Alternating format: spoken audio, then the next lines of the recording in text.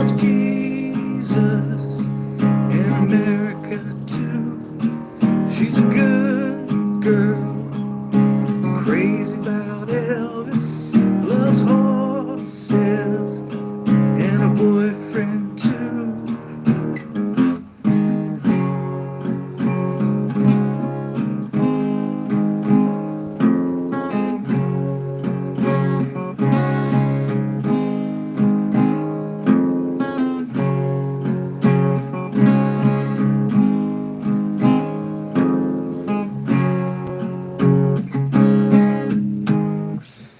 So, yeah, I teased that song the other day.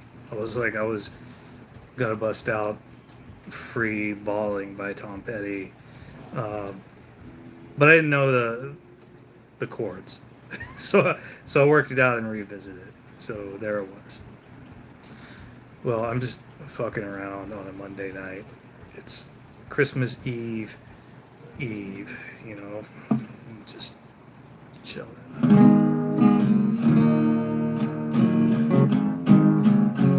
So, I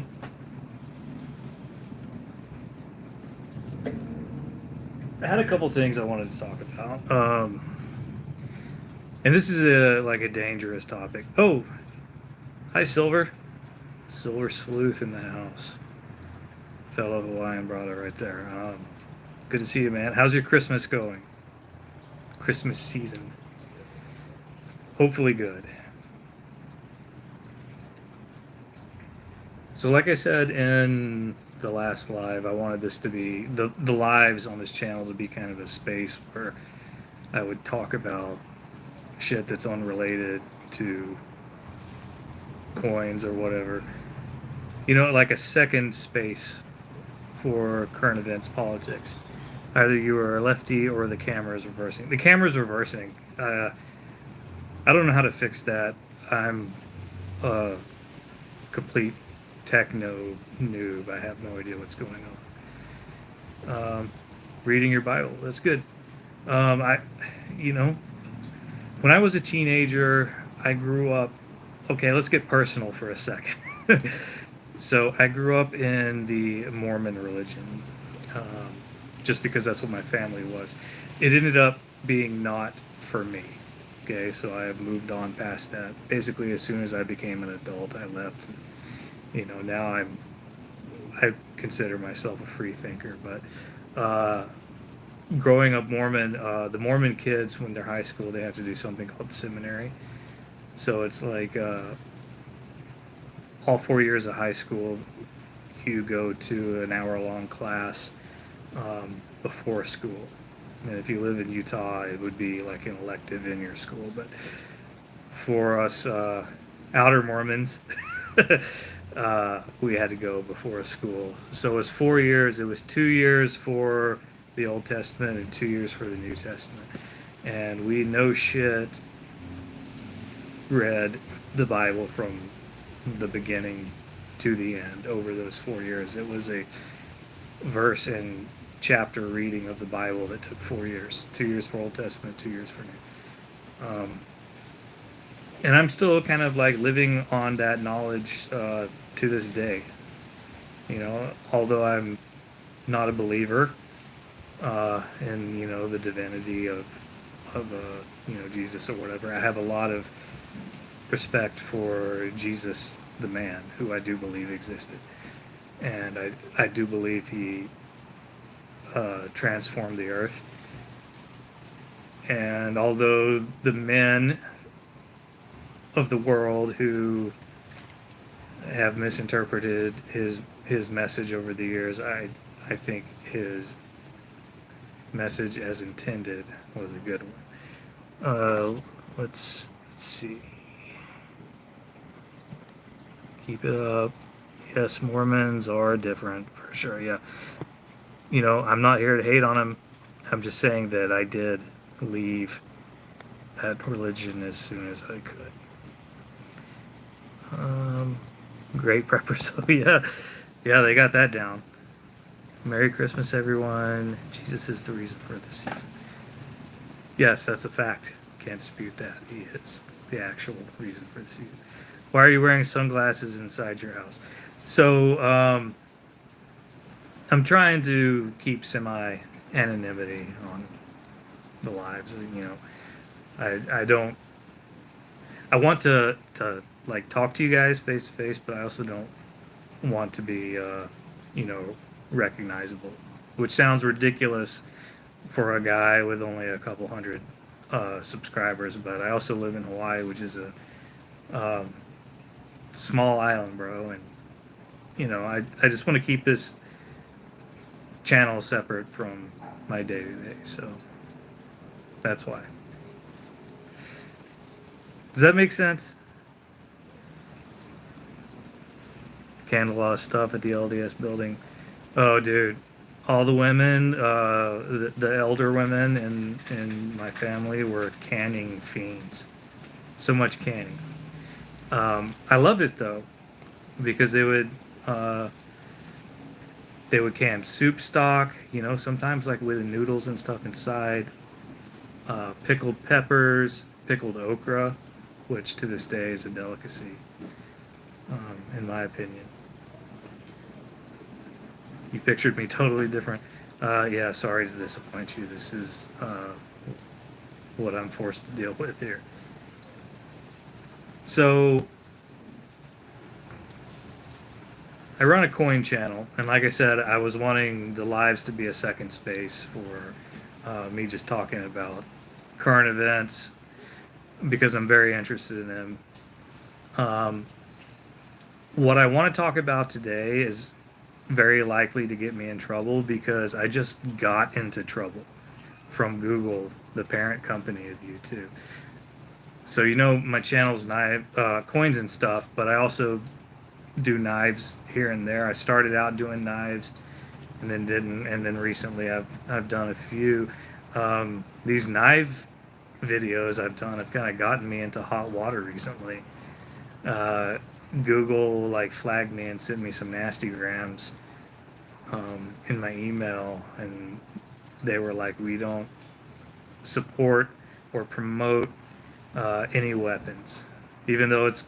And they said in the email, even if it's for the purposes of self-defense. And if you watch any of my knife videos, it's very clear that I am not promoting the illegal use of them. I'm promoting the responsible use of them, which seems like some guidance you would want to have out there on the internet, but just the fact it's a sharp pointing on the screen, Google has a problem with it. So maybe they'll have a problem with this topic, but on the last video, we talked about current events. We talked about some cool stuff. We talked about, you know, the drones and, you know, UAPs and stuff. This one I wanted to talk about what I'm late to the game about it, and it's the Luigi guy. The guy who shot the healthcare executives. And, you know, we got to tread lightly on this because a lot of people on the interwebs kind of support this guy. And I don't support this guy at all. I would never just kill a man in the streets of the United States. But I understand why it happened. And if you look, if you take a long historical view of world history, I think you would agree that it's inevitable. I think 200 years in the future, historians will look back on that the way the historians today look back on 200 years ago when the French were feeding the bourgeoisie to Madame Guillotine. They're not saying it's right, they're saying it's kind of inevitable. You know, you're doomed to repeat history if you don't learn for it. If you keep stacking the cards up the same way, they're just kind of going to fall down the same way. Of course, I would never do what I did. But from a long historical perspective, it seemed inevitable that someone would do it. And his name's Luigi. He's a young man.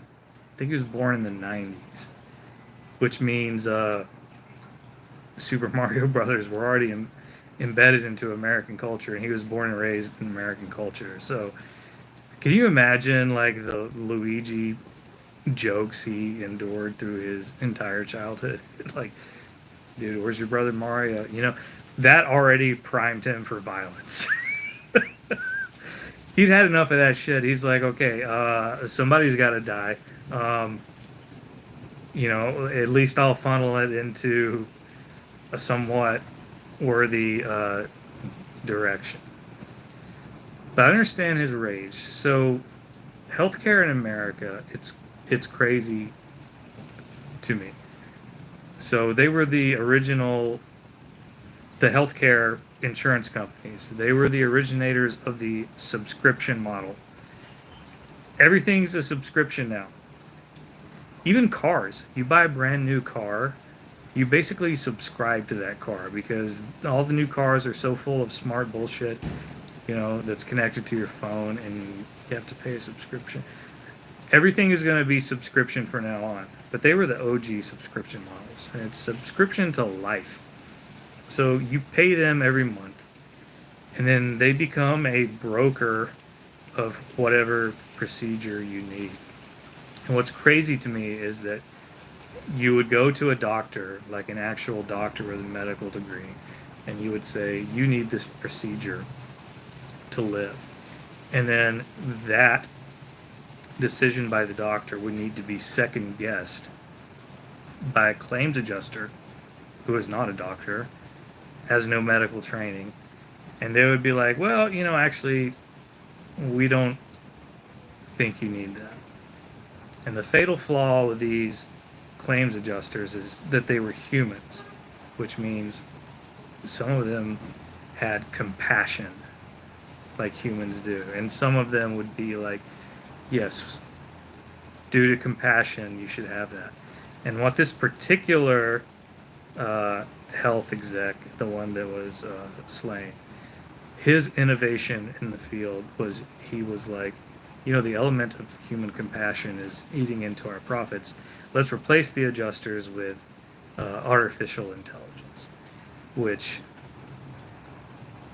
has no compassion. And it did lead to more profits for the company, and it did lead to more deaths by people. Now, is this evil? I would consider it evil. I would consider it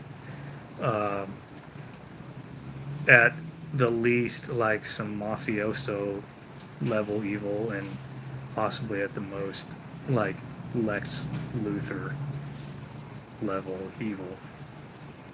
Let me get updated on the comments.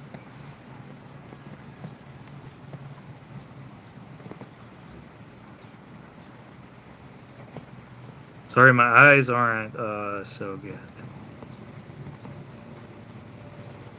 I have 0 subscriptions. Yeah, Sleuth, that's the way to go. I don't know what the future is. And I kind of wanted to talk about the future. And I feel like as a society, we all claim to have wanted a certain type of future, but then we're actively working against it. Let's look at 2 pieces of popular culture. The Jetsons and Star Trek. So the Jetsons was a 1960s vision of what the far future would be like. And what was that vision? George Jetson had a job where he worked 1 hour a week, where he sat at a desk, pressed a button. And that was it. That was his whole job. 1 hour a week, and he got to live in a space bubble with a hot wife and a robot maid and fly around in a flying car. Like, that was the dream, right? We wanted modern technology. We wanted the fruits of it to make our life easier. Yes, all of our ancestors have worked hard, and all of our parents have worked hard. Um, but I thought the goal was always to make the next generation's life easier, right? Just like the Star Trek future. You know, if you want to join Starfleet, you can, but you don't have to because there's universal basic income for everybody. Money's not a thing. You're free. Your prosperous life is guaranteed, and then you're free to pursue whatever. I thought that was what we all wanted, like an easy future, right? But like crabs in a bucket, we are working against it. We have the Jetsons and Star Trek future as potential futures, um, but what we're currently getting is the RoboCop and Mad Max futures. That's what we're going to end up with, and that bums me out. Like, all it would take is for one generation to say it's okay that the next generation uh, doesn't have to work as hard as I did or doesn't have to pay what I did. You know, I mean, that's just my take. Maybe it's a shitty take. What do you guys think? And a cool dog, yeah. What was the dog's name? Astro. Astro was a cool dog.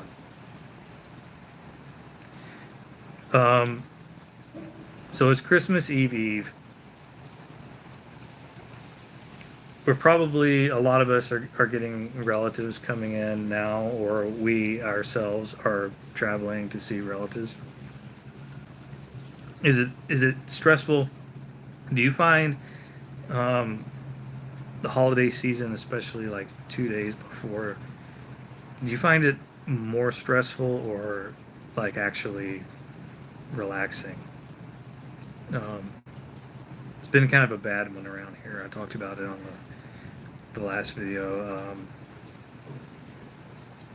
Wife's out of town, you know, our beloved cat passed on Friday. It just ended up not being um, what we expected.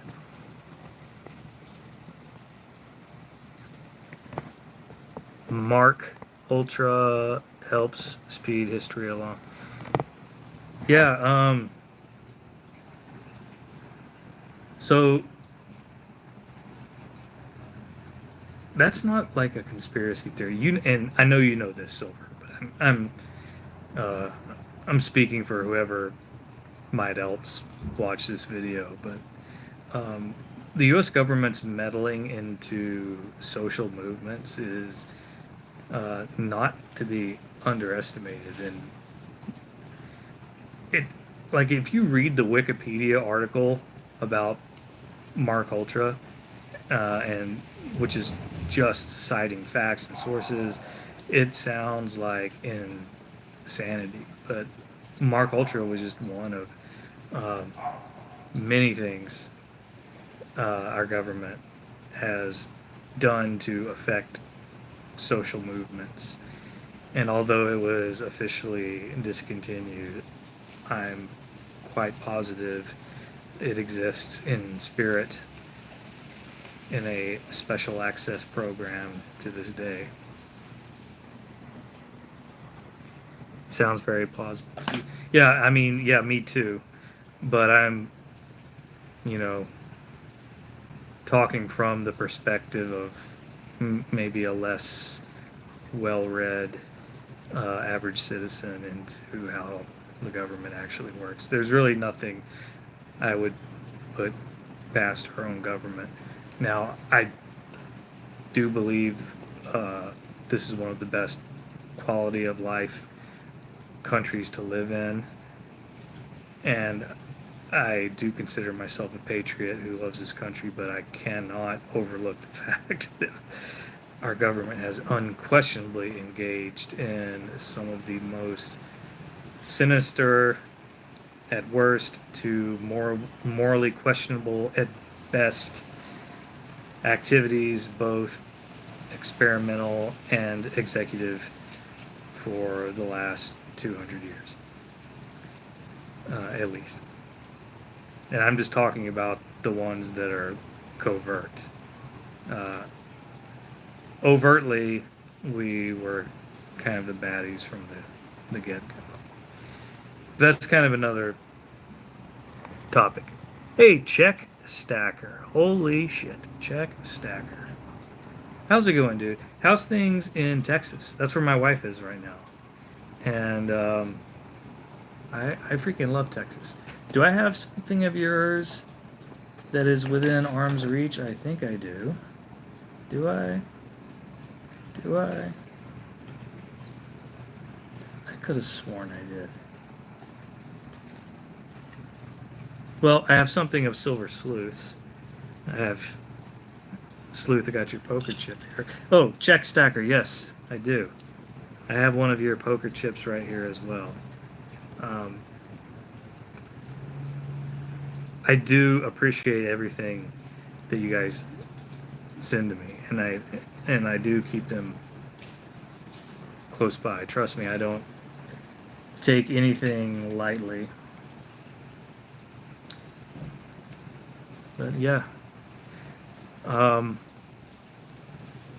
Yeah, tell me what's new in Texas.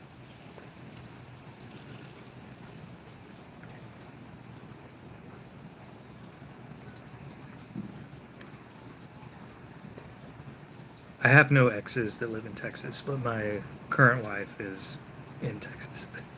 I explained all of that in my last live.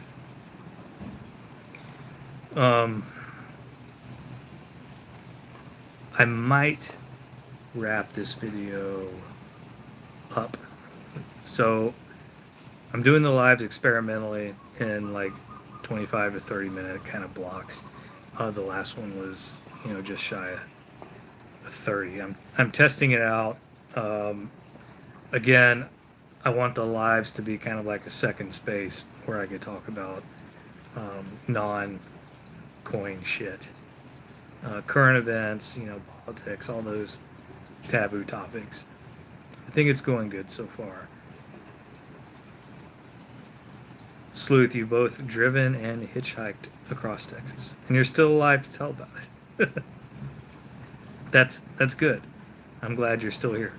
I'm glad you didn't end up getting picked up by that dude from No Country for Old Men with his freaking cow thing, and then he asks you to flip a coin, and it ends up being tails. That was a great movie, by the way. Anyway, it's good to see both you, Sleuth, and Check. Thank you for checking in. See what I did there. And I think I'm gonna cut it. And if I don't see you guys before Christmas or New Year's, I want you guys to know that I love you both. Merry Christmas, Happy New Year. I wish nothing but the best to you and your families. Anyway, I'm signing out now. Take care, my guys.